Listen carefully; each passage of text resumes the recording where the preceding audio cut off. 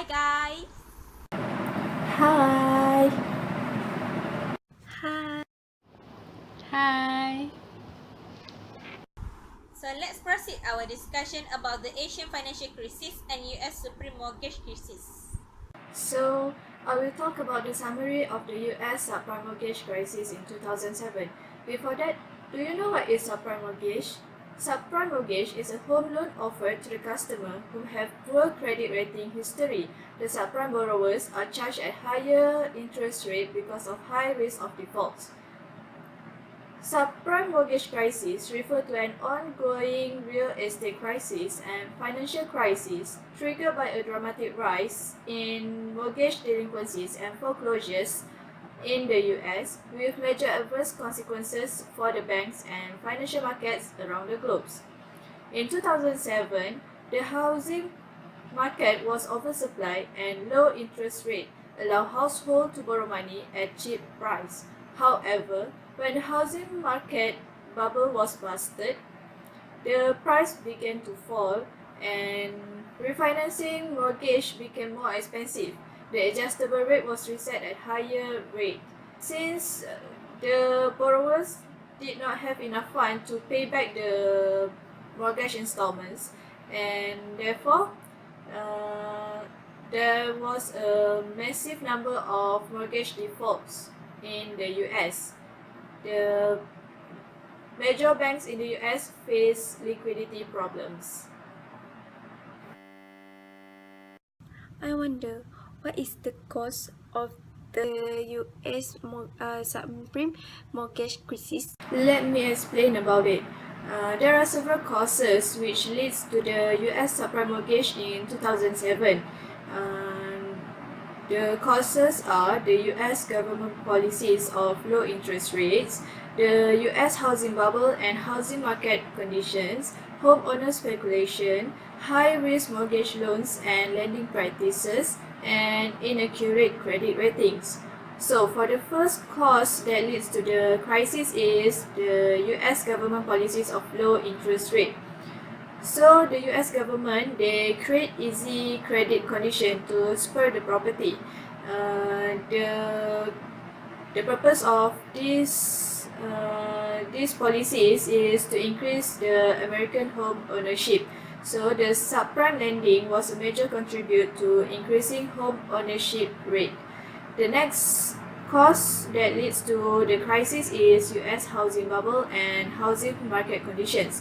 So the subprime lending contributes to the hike of housing price and consumers are encouraged to take financing even though they may have a low credit rating as the property is secured to the lendings. The property industry is enjoying a market boom and eventually went bust in mid-2006. The third cause is homeowner speculation. The increase in housing price leads to speculative buying. The house price nearly doubled between 2000 and 2006. The fourth cause is high-risk mortgage loans and lending practice. Prior to crisis, many US financial institutions have been very loose in offering loans.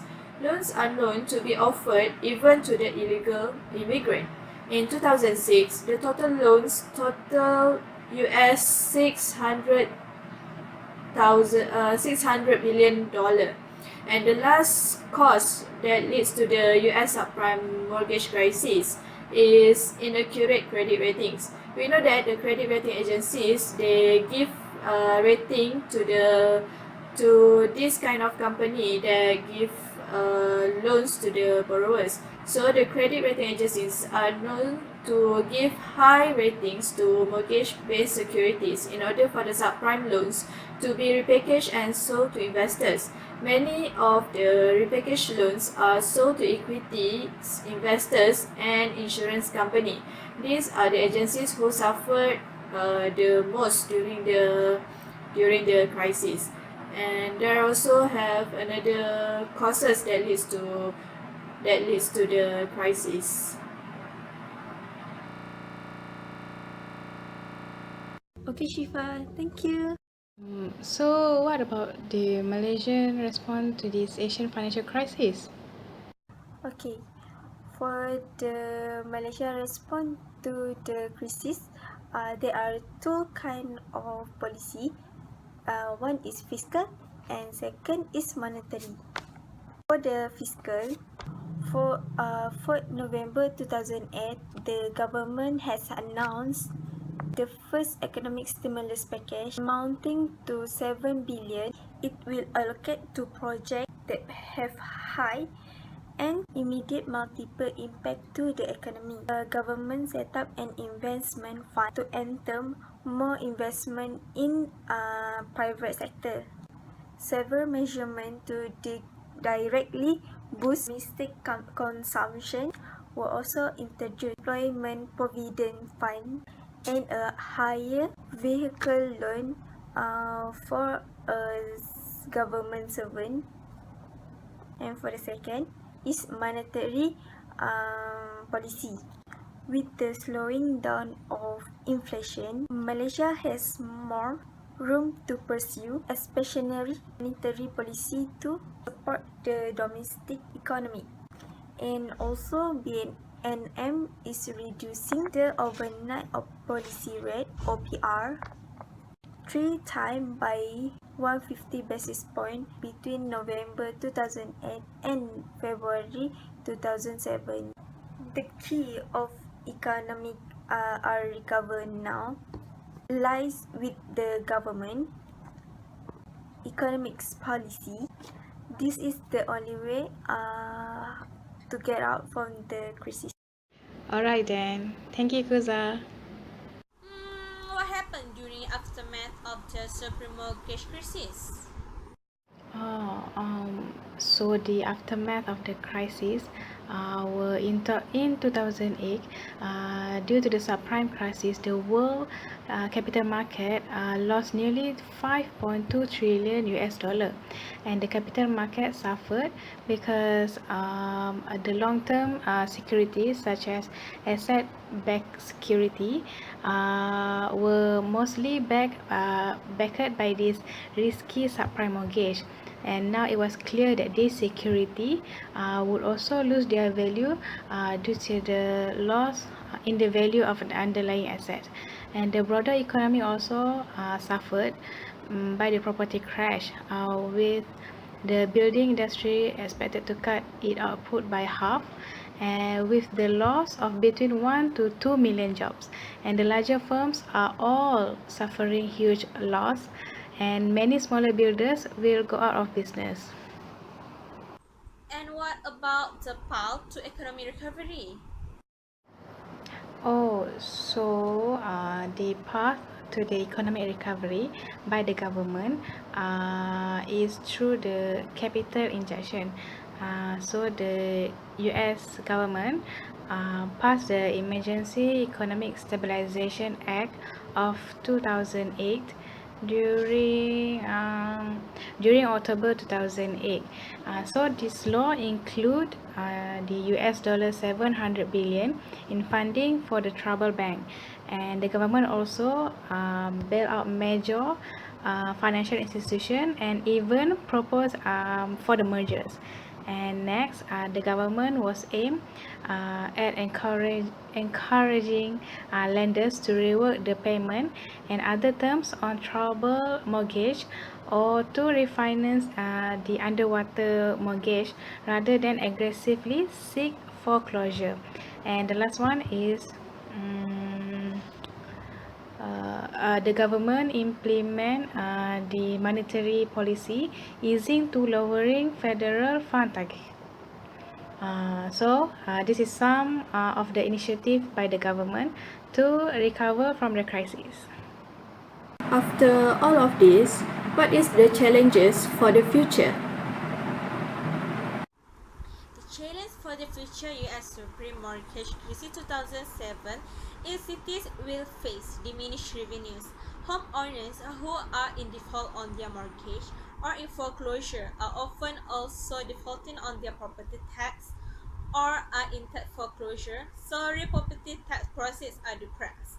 Further, tax proceeds from properties whose owners are current on their mortgage will also be negatively affected. expected because the decline in property value will lead owners to see a reduction in their property tax assessments. The same thing will occur when someone buys a home for less than its current valuation for tax purposes. The sharp drop in housing sales also means that proceeds from real estate transfer tax are significantly reduced. While the housing or foreclosure part of the crisis has reduced revenues, it is also increasing costs for cities. Many cities, especially those in low or no growth areas, rightly believe that it is in their long term interest to spend money to try to prevent foreclosures and property abandonment and to monitor vacant properties or even provide minimal exterior maintenance, for example, grass cutting, in an effort to maintain neighborhood stability and prevent even further reductions in property values.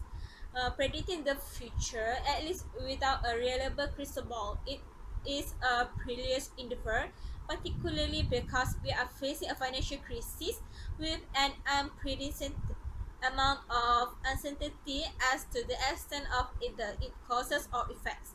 It may well be that the $700 billion bailout will calm the financial markets, be sufficient to prevent further collapse among insurers, banks, and investment houses, and perhaps even prove to be far less costly to taxpayer than its $700 billion price tag when assets acquired by the federal government over the next few weeks or months at step discounts are later sold at a profit.